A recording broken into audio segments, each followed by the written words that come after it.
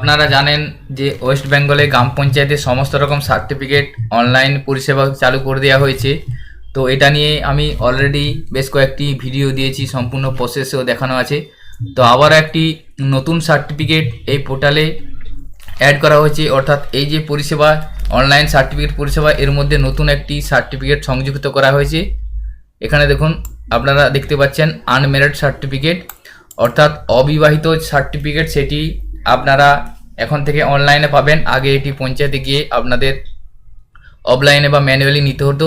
তো এটা এই সিটিজেন যে সার্টিফিকেট অনলাইন, সেই অনলাইন সার্টিফিকেটের সাথে সংযুক্ত করে দেওয়া হয়েছে আনমেরিড সার্টিফিকেট। এটি আপনারা অনলাইনে আবেদন করতে পারবেন এবং অনলাইনে সেটি ডাউনলোড করে নিতে পারবেন। তো আপনারা এই ওয়েস্ট বেঙ্গল গ্রাম পঞ্চায়েতের অনলাইন সার্টিফিকেট সম্পর্কে যদি বিস্তারিত জানতে চান বা রেসিডেন্সিয়াল ইনকাম বা ক্যারেক্টার সার্টিফিকেট বা কাস্ট সার্টিফিকেটের জন্য আবেদন করতে চান, সেই জন্য সম্পূর্ণ ভিডিও আমাদের চ্যানেলে দেওয়া আছে। আপনারা চাইলে ডেসক্রিপশনে দিয়ে রাখবো, সেখান থেকে দেখে নিতে পারবেন। তো আজকের ভিডিওই মূল আপনাদের দেখাবো আনমেরিড বা অবিবাহিত সার্টিফিকেট আপনারা কিভাবে আবেদন করবেন এবং তার সাথে কী কী ডকুমেন্টস লাগবে, তার সম্পূর্ণ প্রসেসটা আজকের ভিডিওর মাধ্যমে আপনারা দেখতে পাবেন। ভিডিওটি স্কিপ না করে সম্পূর্ণ দেখবেন এবং আমাদের সাথে থাকবেন। এবং আমাদের চ্যানেলে যারা নতুন তারা আমাদের চ্যানেলটিকে সাবস্ক্রাইব করে রাখবেন ও পাশে থাকা বেল আইকন প্রেস করবেন, যাতে এই ধরনের আরও ইনফরমেটিভ ভিডিওর নোটিফিকেশন সহজেই পেয়ে যেতে পারেন। এছাড়াও যারা আমাদের চ্যানেলটিকে সাবস্ক্রাইব করে আমাদেরকে সাপোর্ট করছেন তাদেরকে অসংখ্য ধন্যবাদ। তো আনমেরিড বা অবিবাহিত সার্টিফিকেট পাওয়ার জন্য নতুন একটি ডকুমেন্টস আপনাদেরকে আপলোড করতে হবে, অর্থাৎ অতিরিক্ত একটি ডকুমেন্টস আপনাদেরকে আপলোড করতে হবে। জিএস মেম্বার সার্টিফিকেট আপনাকে আপলোড করতে হবে। তো তার সম্পূর্ণ প্রসেস আপনাদের দেখাবো, কিভাবে আপনারা আবেদন করবেন বা সার্টিফিকেট যে ফরম্যাট, সেই ফরম্যাটটা কোথায় পাবেন, সম্পূর্ণ দেখতে থাকুন ভিডিওটি স্কিপ না করে। তো প্রথমে আপনারা wbpms.in/citizen এই লিঙ্কটি ওপেন করবেন। লিঙ্ক ও ভিডিও ডেসক্রিপশনে দেওয়া থাকবে, সেখান থেকে আপনারা পেয়ে যাবেন। এই ধরনের পেজ আপনার সামনে এসে যাবে।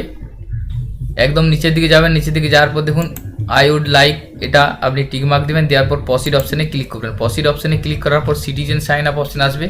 তো আপনার যদি আগেই এখানে রেজিস্ট্রেশন করা থাকে সেই মোবাইল নাম্বারটা দিবেন, এবং এই পোর্টালে যদি আপনি প্রথম হয়ে থাকেন সেক্ষেত্রে আপনি আপনার মোবাইল নাম্বারটা এখানে লিখবেন। লিখার পর জেনারেট ওটিপি অপশানে ক্লিক করবেন।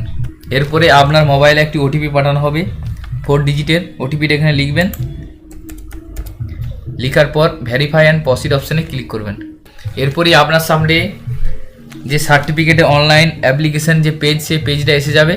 প্রথমে এখানে জিপি ডিটেলসটা ফিল আপ করবেন, অর্থাৎ আপনার গ্রাম পঞ্চায়েতের ডিটেলসটা এখানে দিবেন। এখানে আপনার ডিস্ট্রিক্টটা সিলেক্ট করবেন। ডিস্ট্রিক্টের পর ব্লক সিলেক্ট করবেন। ব্লক সিলেক্ট করার পর আপনার গ্রাম পঞ্চায়েত এসে যাবে। গ্রাম পঞ্চায়েত সিলেক্ট করবেন। সিলেক্ট করার পর এখানে সংসদ এসে যাবে। সংসদটা আপনি সিলেক্ট করবেন এবং এসিসি নাম্বার, এসিসি নেম এবং রিলেশন উইথ এসিসি, এটা যেহেতু ম্যান্ডেটরি নেই, আপনি দিতেও পারেন বা নাও দিতে পারেন। যদি আপনার জানা থাকে তাহলে দিবেন। সেটা আপনার ট্যাক্সের যে এসিসি নাম্বার, সেই এসিসি নাম্বারটা এখানে দিয়ে দেবেন। সেটা আপনারা অনলাইনে বের করতে পারবেন, প্রয়োজনে আপনারা সেটা অনলাইন থেকেও বের করে নিতে পারবেন। তার কীভাবে আপনারা এসিসি নাম্বার বের করবেন সেটাও ভিডিও আমাদের চ্যানেলে দেওয়া আছে, আপনারা সেখান থেকে জেনে নিতে পারবেন। এরপরে এখানে আপনার অ্যাপ্লিকেন্ট ডিটেলসটা আপনাকে ফিল আপ করতে হবে। এখানে মিস্টার, মিসেস, মিস এটা আপনি ফিল আপ করবেন। এরপরে অ্যাপ্লিকেন্ট নাম লিখবেন, অর্থাৎ আবেদনকারীর নাম। তারপরে গার্জেনের নাম লিখবেন। গার্জেনের সাথে আবেদনকারীর সম্পর্ক সিলেক্ট করে দেবেন। সিলেক্ট করে তারপর এখানে অ্যাড্রেসটা ফিল আপ। এরপরে এখানে পোস্ট অফিসটা লিখবেন। পোস্ট অফিস, পুলিশ স্টেশন লিখবেন। লেখার পর ভিলেজের নাম এসে যাবে। ভিলেজের নাম ড্রপডাউন থেকে সিলেক্ট করবেন। পিনকোড নাম্বার লিখে ডেট অফ বার্থটা লিখবেন। এটা সম্পূর্ণ অ্যাপ্লিকেন্ট অর্থাৎ আবেদনকারী ডিটেলসটা এখানে দিবেন। আপনার যদি সার্টিফিকেটে ইংলিশে প্রয়োজন হয়ে থাকে তাহলে এই অপশনটা শুধুমাত্র ফিল আপ করবেন। এছাড়াও আপনার সার্টিফিকেট অন্যান্য দুটো ভাষাতে পেয়ে যাবেন, বেঙ্গলি এবং নেপালি। প্রয়োজনে আপনি নেপালিও নিতে পারবেন এবং বেঙ্গলিও নিতে পারবেন। সেই জন্য যদি বাংলা প্রয়োজন হয়ে থাকে তাহলে বেঙ্গলি টিকমার্ক দেবেন। টিকমার্ক দেওয়ার পর এখানে বাংলায় ফিল আপ করবেন, তাহলে আপনি সার্টিফিকেটটা বাংলায় পাবেন। এরপরে ডান দিকে দেখুন সার্টিফিকেট অ্যাপ্লাই ফর, এখানে আপনি কী ধরনের সার্টিফিকেট অ্যাপ্লাই করতে চাইছেন। যেহেতু আজকে আনমেরিড সার্টিফিকেট দেখাবো, সেই জন্য আনমেরিড সার্টিফিকেট অপশানে টিকমার্ক দিলাম। Income, character certificate, residence certificate, এই সমস্ত সার্টিফিকেট আমি সিস্টেম দেখানো আছে। আজকে আনমেরিড দেখাবো, সেই জন্য আনমেরিড সার্টিফিকেট অপশানে টিকমার্ক দিলাম। এখানে মোবাইল নাম্বার দেওয়া আছে, যেহেতু আপনি রেজিস্ট্রেশন করছেন। পাশে হোয়াটসঅ্যাপ নাম্বার, সেই এই নাম্বারটাই দিয়ে দেবেন এবং মেল আইডি থাকলে আপনার ইমেলের জায়গায় লিখে দেবেন।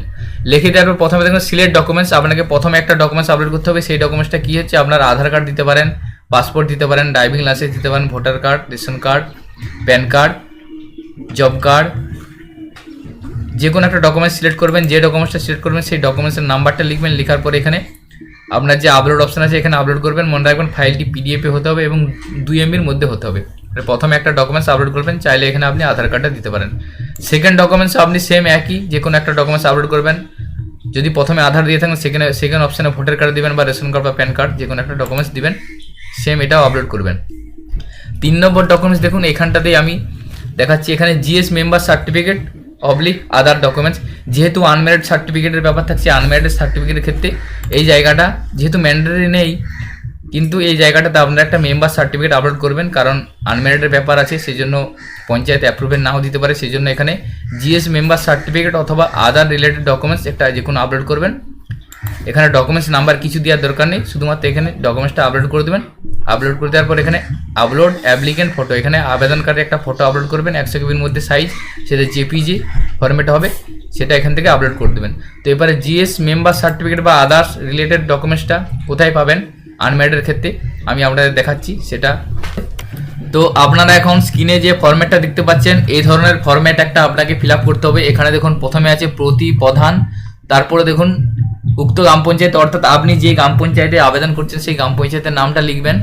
লেখার পর এখানে দেখুন বিষয় দিয়ে আছে অবিবাহিত সার্টিফিকেটের জন্য আবেদন, মাননীয় মহাশয় বা মহাশয়া, এখানে আপনারা সিলেক্ট করে দেবেন যেটা যদি মহাশয় হয় বা মহাশয়া হয়। আমার বিনীত নিবেদন এই যে আমি, এরপরে আপনার এখানটাতে আবেদনকারীর নাম লিখবেন, যার সার্টিফিকেট প্রয়োজন তার নামটা লিখে দেবেন। লিখে দেওয়ার পর এখানে পিতার অর্থাৎ পিতার নামটা লিখবেন। লেখার পর বলা আছে দেখুন অত্র গ্রাম পঞ্চায়েতের ড্যাশ গ্রামের স্থায়ী বাসিন্দা, এখানে আপনার গ্রামের নামটা লিখে দেবেন।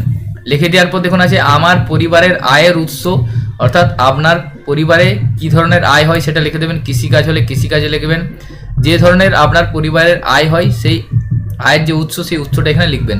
লেখার পর দেখুন বলা আছে বর্তমানে আমার পরিবারের বাৎসরিক আয়, এখানে আপনার যে ইনকামটা ফ্যামিলি সে ফ্যামিলি ইনকামটা লিখে নেবেন।